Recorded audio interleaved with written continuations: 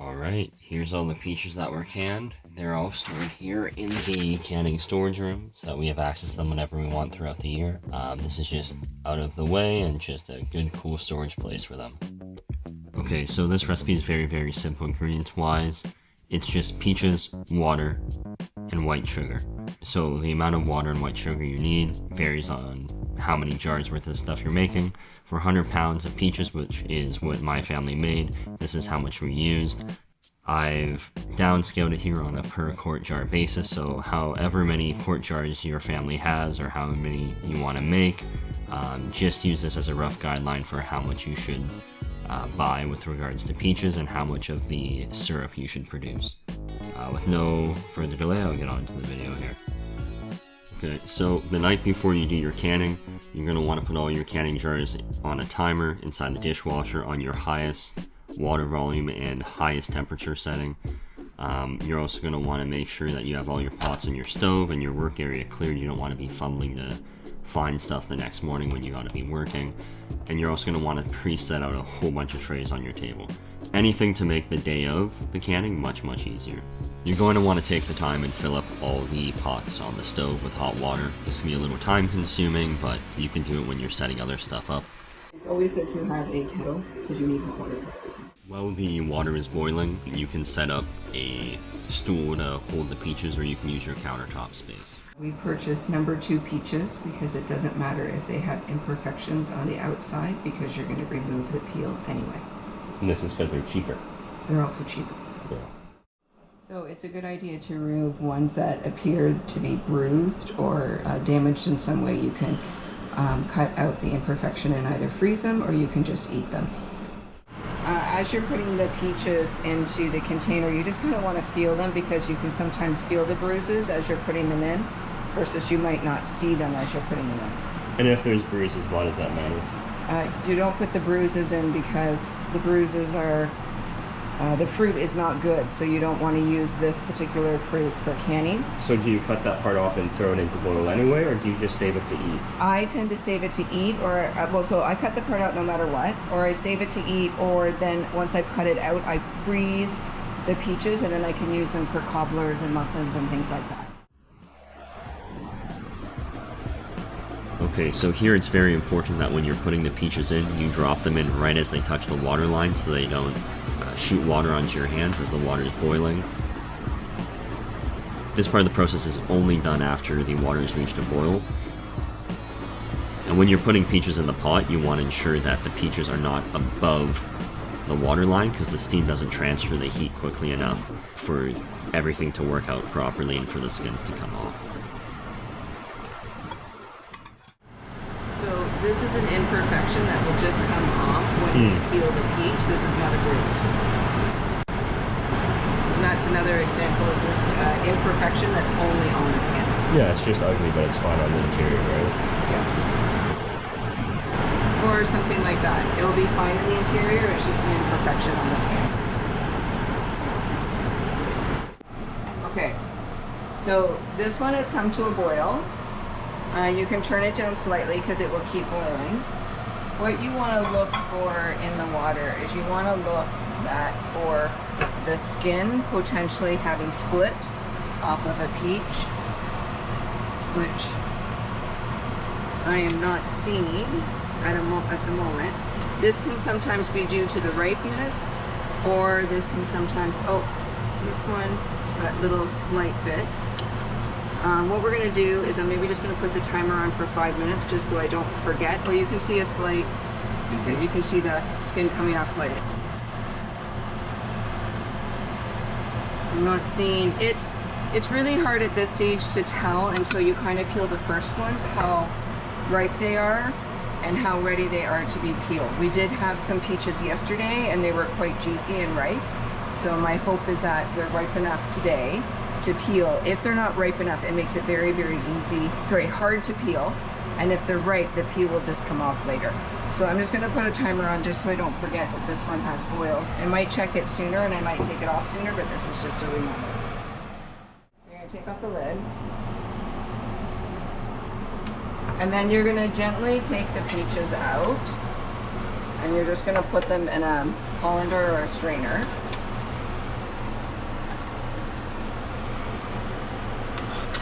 The reason why we're taking them out is because we don't want to have to reboil the water every single time. So this way you can keep just using the same water, and it's already pretty hot. So then you don't have to spend the same amount of time reboiling it as you did at the very beginning.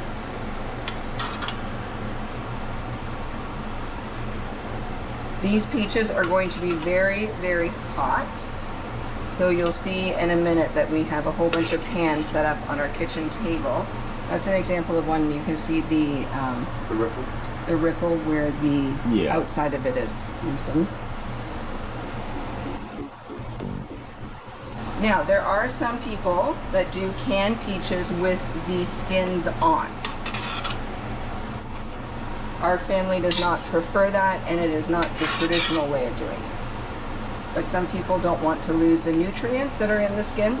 I mean, so, fair enough, right? Yes. But they would also then also need to buy better quality peaches. I also use a plastic colander versus a metal one because I find with the metal ones that the skins tend to get stuck.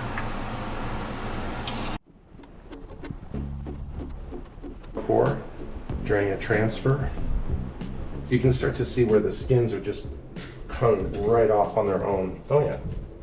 So we're just gonna leave that there for now. So these are the bowls for the peels, and then these are the bowls that we're going to put the peeled peaches in. So we'll put them in whole first, and then we'll cut them up. So this is just me removing the skins from the peaches. At any given time, we have one person removing the skins, one person cutting the peach from the stone, and another person removing bubbles from the jars, which you'll see later.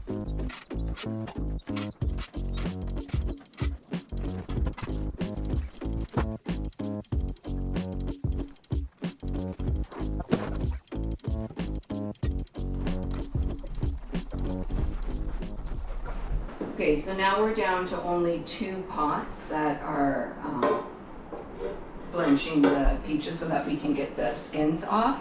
So at this point, when this is done, we actually take a few minutes to clean up and tidy and kind of get rid of those pots. And then we can get ready for the next stage, which will be peeling the peaches, slicing them, and then getting them ready in the jars. Okay, so now we are slicing the peaches. Depending upon the size of the peach, you can do the slices in 4 or in 6, whatever your preference is.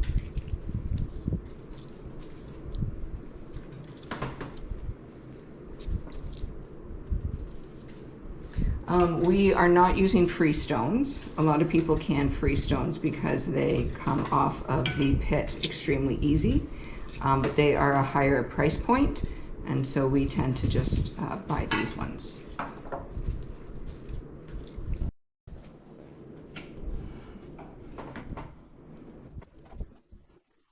So like free stones probably wouldn't have this here. Oh yeah, we're okay. Yeah. It would just slide. It doesn't matter though, really. Yeah, I mean, for us, we choose not to, but I mean, especially if you're selling them or something, you want them to look nicer, then you would get the free stones. Okay, so for the sugar solution, we do a light sugar solution. So it's 1.5 cups of sugar to 10 cups of water. So I'm just going to use a 1/2 cup measuring cup because it fits into this container better. So we'll do this 3 times. Now, at the beginning, when you're making your first bottles, you definitely need this solution. But as time goes on, you'll find that there will be peach juice that will accumulate in your containers that are holding the sliced peaches. And you can use that instead because then it's more of the natural sugars rather than using white sugar. Okay, so this doesn't have to be exact, but that's 4 cups.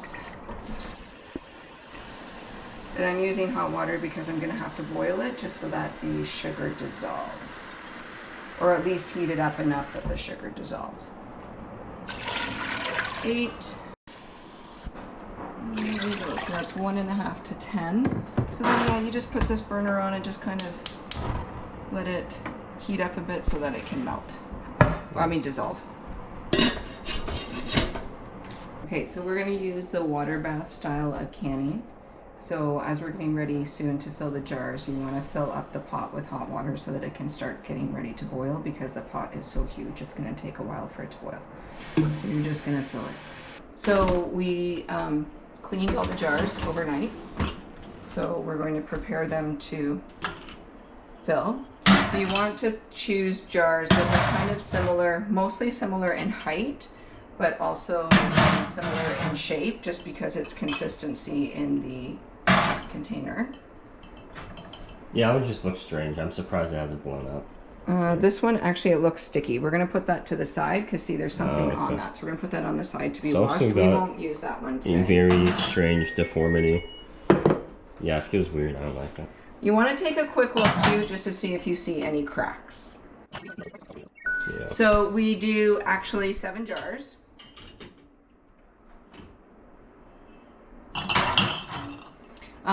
You'll see inside there, that's just actually hard water stains.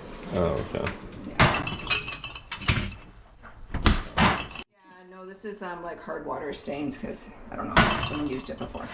Okay, so what we're gonna do is we're gonna use this plastic funnel, I guess it's called, and then we're going to put the peaches into here. I am just looking for, oh, there it is. Okay, so what you're gonna do is you're literally just gonna, whoops, is that anything on there? Or just a bit of skin. Just a bit of skin. There's. So we're just gonna pop the peaches in to each jar.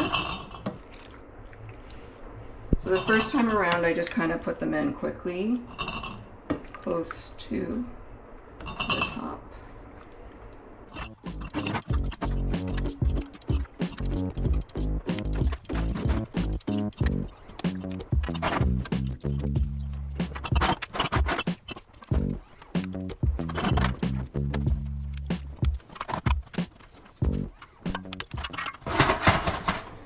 Okay, so then what I do is I kind of shake them a little bit to see if I can put just like a few more peaches in. I'm just going to get a fork, and then I just look and see if I can just put just a couple more in just to fill the jar.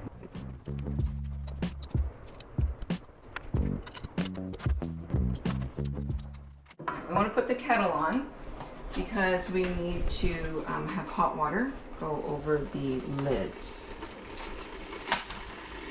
And we have 7. We have 7. 1, 2, 3,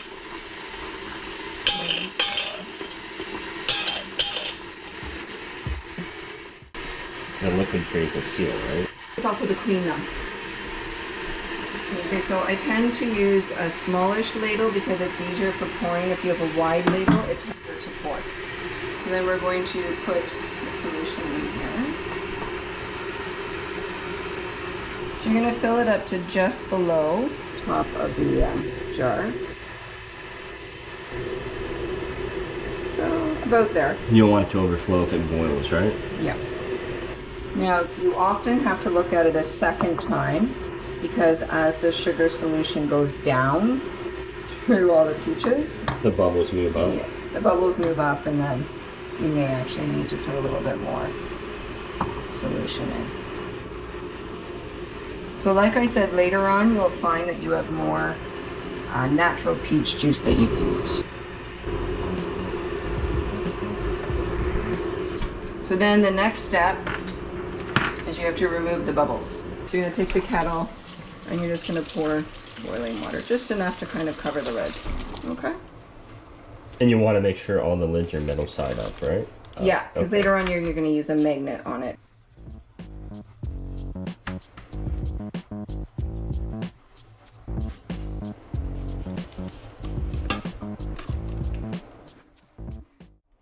So here you can see some bubbles that are just naturally trapped.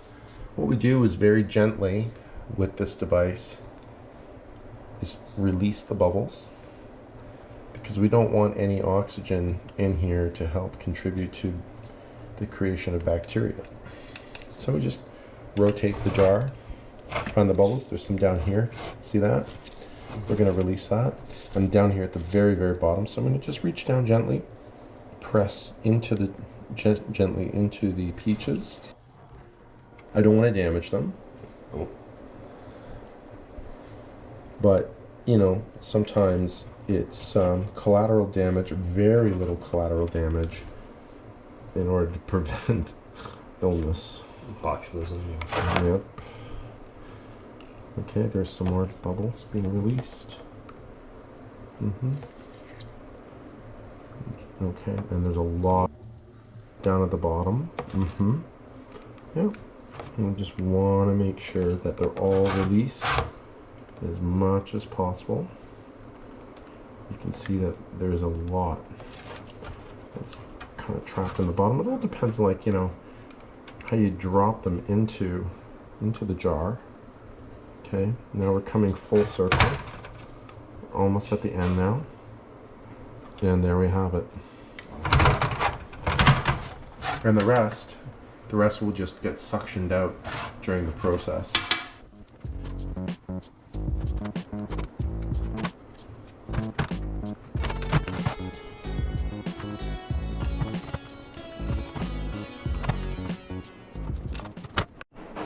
Okay, so now that the bubbles have been removed, we just need a little bit more fluid in each of them. Okay. And because peaches are so sticky, and actually with any canning, you want to wipe off the rims of the glass container, glass jar, because you want to make sure that the seal will be really strong on that. So you just get a clean cloth and you just wipe along the edges, and actually I can feel a little bit of the stickiness.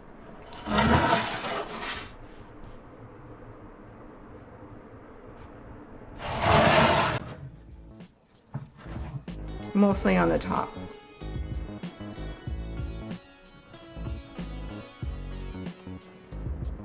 You can do the thread a little bit, it doesn't hurt. So yeah, just a clean cloth and just some hot water. That's all you need for that. Okay, so remember we put boiling water on these. So this is, we call this a wand. It has a magnet on the end. So what you're gonna do is you're gonna use this to pick up that. You're gonna center it on the mouth of the jar. These seals, these lids, should never be used twice. Should only ever be used once. Because they get bent during removal generally. Potentially, yes.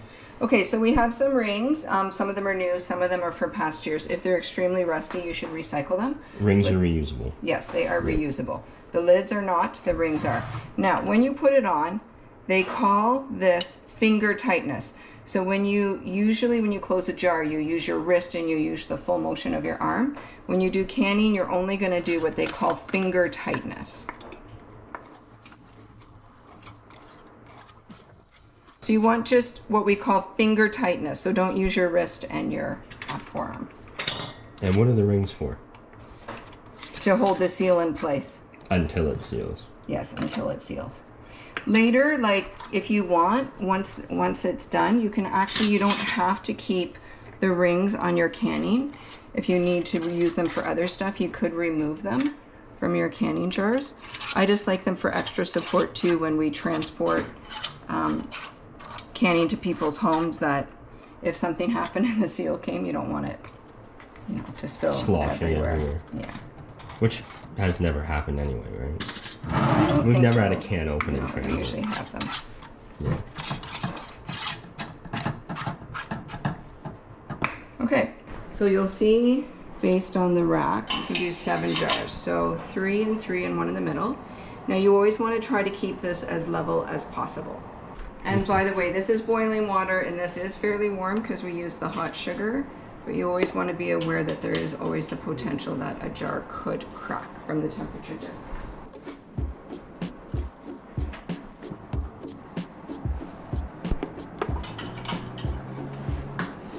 And you load it so that they're apart from each other, make sure the rack is balanced, right? Yeah, across from each other, yeah.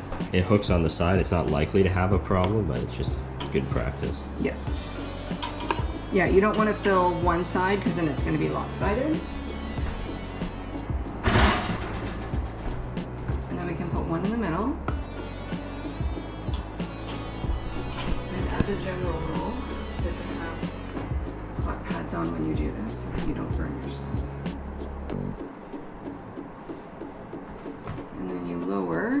this in, and we are going to discover that we are going to need more water, because you can see that the jars are barely covered with water, and they need to be covered with water in order to create the pressure that's needed. So this is a good time when you can use your kettle water. I mentioned earlier you always need kettle water, and we're probably going to need even more than this.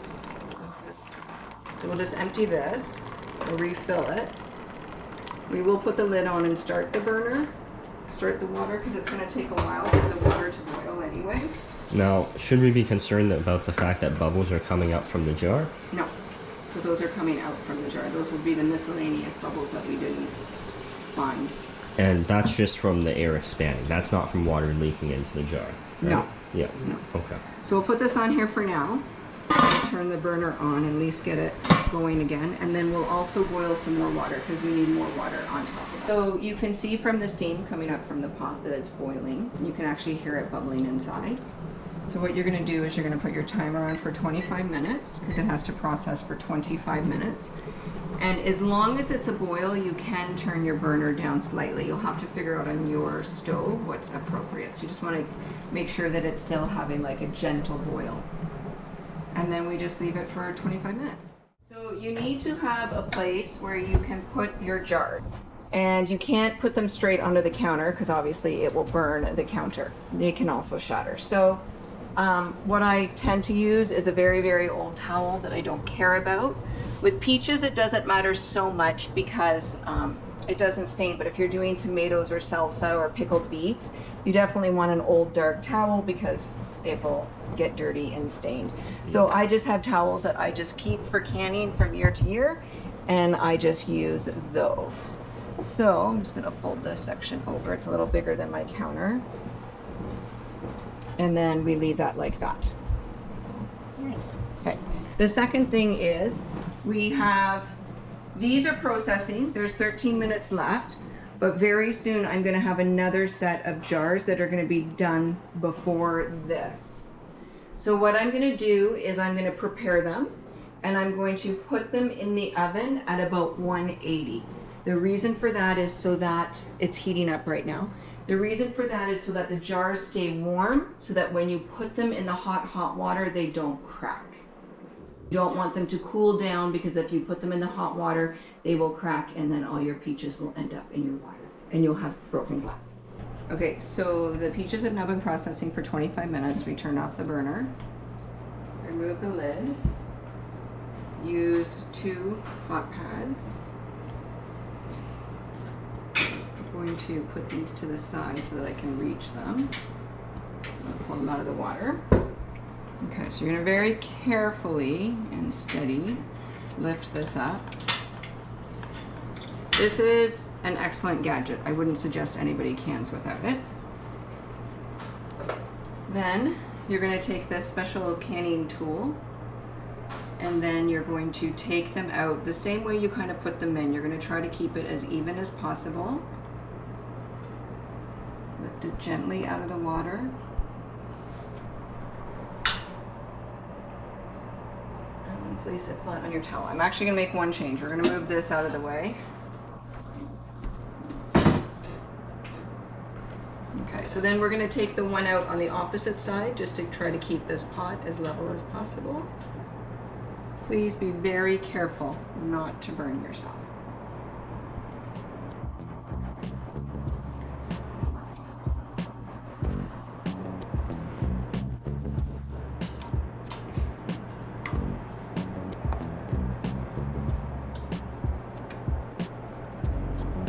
This is why you don't actually want a microwave as a fan, because it comes down here and then you don't have clearance when you're canning. That's why we took out the microwave fan.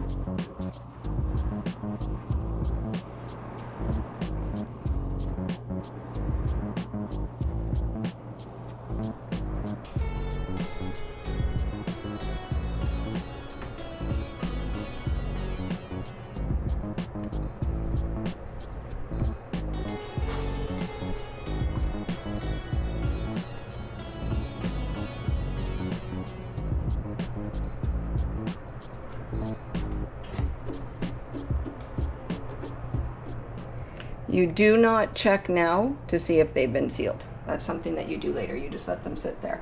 So now we're going to take the ones out of the oven that we had warming in the oven, and we're going to put them into the water.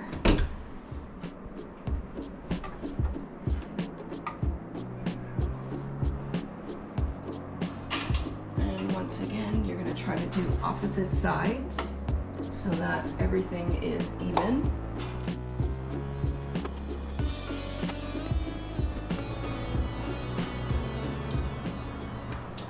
Okay, so then once again, we're gonna lower this down gently. Everything's covered. And you'll note there is one slightly larger jar in here, so I'm gonna add a little bit more water in here just so that it has enough water on top of it. But I'm just gonna get this starting to boil. And just a reminder that the processing time does not start until this comes to a boil.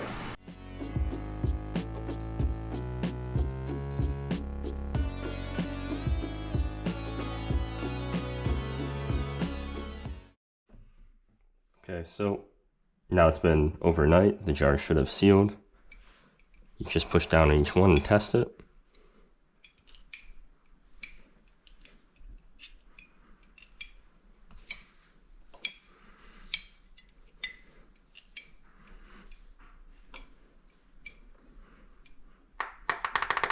That one's bad. Separate it.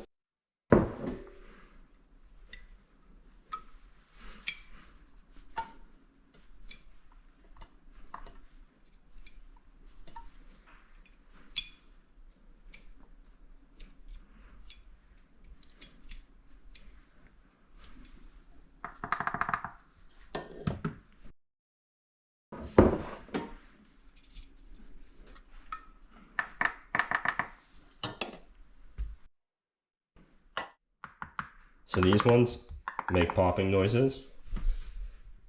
These two, I'm going to put out here in the center, I could listen carefully. First, these ones are bad.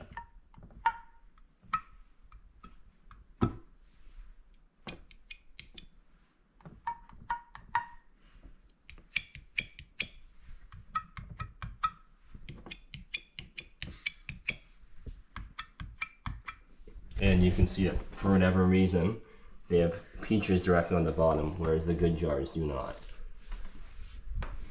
The good jars tend to have liquid on the bottom.